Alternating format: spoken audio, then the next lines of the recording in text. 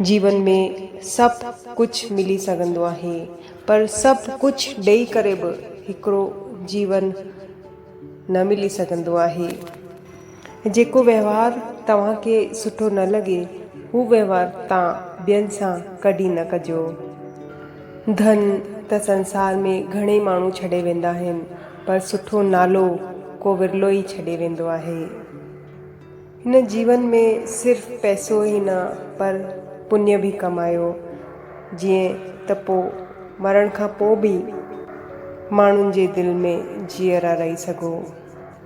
तव्हां सां भले केरु सुठो हले या बुरो, तव्हां सभिनीनि सां सुठो हलो, प्यार करो ऐं क्षमा करो, छो त बदिलो वठण जी ख़ुशी बसि हिकिड़ो दफ़ो थींदी आहे, पर माफ़ करण जो गौरव ज़िंदगी भर ताईं तव्हां सां गॾु रहंदो। सिर झुकाइण नमन आहे त दिलि खे झुकाइण समर्पण थींदो आहे। हिन दुनिया में अहिड़ो को बि चहिरो कान्हे जो मुस्कुराइण खां पोइ सुठो न लॻे। कामयाब माण्हू ख़ुशि रहनि या न रहनि, पर ख़ुशि रहण वारा माण्हू हमेशह कामयाब थींदा आहिनि। 4 रिश्तेदार हमेशह हिकिड़ी दिशा में तॾहिं हलंदा आहिनि जॾहिं पंजो केरु कंधे ते हूंदो आहे।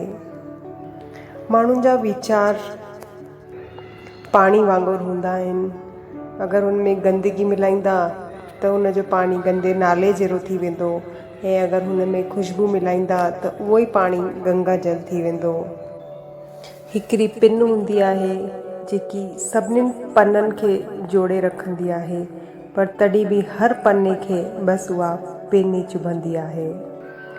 ग़लति माण्हुनि जी जीत हुन समय ई तय थी वेंदी आहे जॾहिं सचा माण्हू माठ थी वेंदा आहिनि। दुख भोगण वारा त हिकिड़ो ॾींहुं ज़रूरु सुखी थी वेंदा आहिनि, पर दुख ॾियण वारो कॾहिं बि सुखी कान थी सघंदो आहे।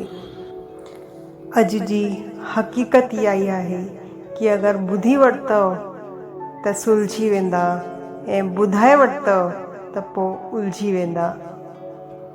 केरु तव्हांखे न सम्झे त ख़्यालु न कजो, छो त सुठा माण्हू ऐं सुठी किताबूं हर कंहिंखे सम्झ में कान ईंदियूं आहिनि।